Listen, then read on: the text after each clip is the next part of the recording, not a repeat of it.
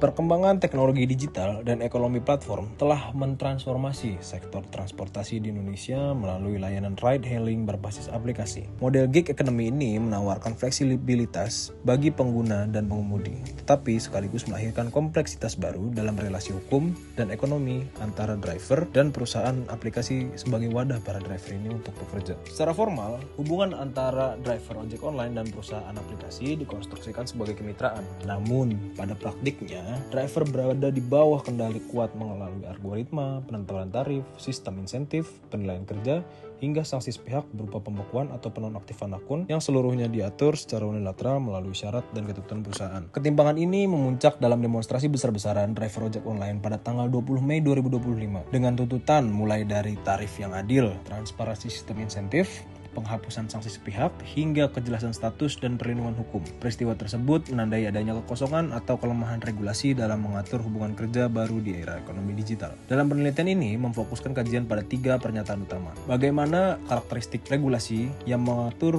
hubungan kerja dan kendali atas algoritma antara penyedia aplikasi dan mitra driver ojek online. Yang kedua, bagaimana dampak dari regulasi yang berlaku terhadap ekosistem bisnis ride-hailing di Indonesia. Yang ketiga, model regulasi seperti apa yang dapat menciptakan relasi bisnis yang lebih adil, setara, dan berkelanjutan antara perusahaan aplikasi dan mitra pengemudi. Penelitian menemukan bahwa secara yuridis, hubungan antara driver ojek online dan perusahaan aplikasi dibingkai sebagai kemitraan, antara lain melalui ketentuan dalam Peraturan Menteri Perhubungan dan kontrak kemitraan standar yang bersifat non-negotiable. Namun, secara faktual, perusahaan aplikasi mengendalikan hampir seluruh aspek kerja driver melalui algoritma, dari mulai distribusi, penentuan tarif, pengaturan insentif, hingga sanksi, serta pemutusan akses kerja. Hal ini menciptakan bentuk subordinasi yang bisa kita kategorikan sebagai subordinasi yang terselubung, di mana driver secara formal disebut mitra independen, tetapi pada nyatanya berada dalam struktur kontrol yang menyerupai hubungan kerja. Akibatnya, perusahaan dapat menghindar dari kewajiban memberikan perlindungan sosial, jaminan kerja, dan hak-hak normatif sebagaimana diatur dalam hukum ketenagakerjaan. Sementara risiko ekonomi dan sosial sebagian besar ditanggung dan dibebankan oleh driver-driver mitra ojek online ini. Ketidaksesuaian antara konstruksi kemitraan dalam regulasi dan realitas subordinasi di lapangan menunjukkan adanya ketimpangan dan ketidakpastian hukum bagi driver. Syarat dan ketentuan yang seragam dan sepihak menjadi posisi tawar driver sangat lemah, sekaligus mengungkap kelemahan kerangka hukum yang belum adaptif terhadap karakteristik pekerjaan digital. Dalam penelitian ini mengidentifikasi sejumlah kelemahan normatif dalam regulasi yang mengatur hubungan antara perusahaan aplikasi dan pekerja gig economy seperti driver ojek online. Dalam penelitian ini juga menggabungkan antara analisa peraturan perundang-undangan seperti Undang-Undang Ketenagakerjaan serta perubahannya di Undang-Undang Cipta Kerja yang secara eksplisit belum mengatur maupun secara sektoral yang secara eksplisit mencantumkan ride-hailing di dalamnya, yaitu Permendag nomor 19 tahun 2026. Walaupun sudah diangkat atau sudah dicantumkan secara eksplisit, namun kami menilai bahwa regulasi ini masih belum relevan dengan penerapannya di lapangan, karena menggabungkan perdagangan barang dengan ride-hailing ini merupakan 2 hal yang sangat amat berbeda. Kondisi ini menimbulkan ketidakseimbangan distribusi nilai dan risiko terhadap ekosistem ride-hailing, di mana keuntungan ekonomi digital cenderung terkonsentrasi pada perusahaan aplikasi, sedangkan driver menanggung beban yang cukup berat baik sosial, finansial, material, serta perlindungan yang masih belum dapat dipastikan. Dalam penelitian ini juga asas-asas yang mendasari pembuatan regulasi antara lain asas kepastian hukum, lalu perlindungan terhadap pekerja, keseimbangan antara efisiensi dan keadilan, transparansi terhadap tarif, serta pengenaan sanksi yang lebih humanis, serta syarat dan ketentuan atau term and condition yang lebih diperjelas, dipertegas, serta disosialisasikan atas literasi terms and condition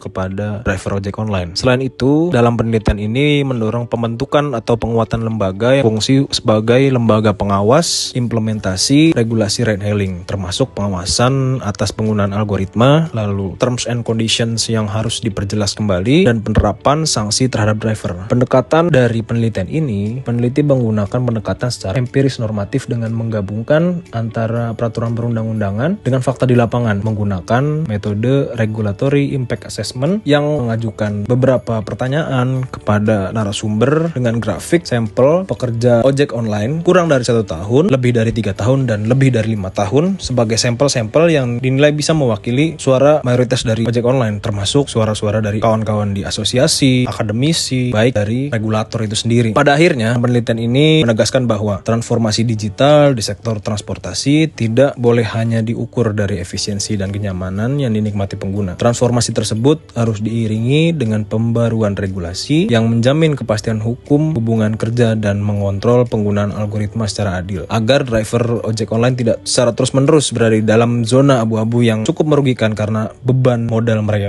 bekerja itu sepenuhnya tanggung oleh mitra pengemudi ojek online. Melalui analisis hukum, ekonomi, dan pendekatan analisis dampak regulasi, penelitian ini memberi kontribusi teoritis dan praktis bagi pengembangan regulasi ride hailing di Indonesia, serta menjadi rujukan bagi pembuat kebijakan, pelaku industri, dan akademisi dalam merancang ekosistem ekonomi digital yang lebih adil dan berkelanjutan.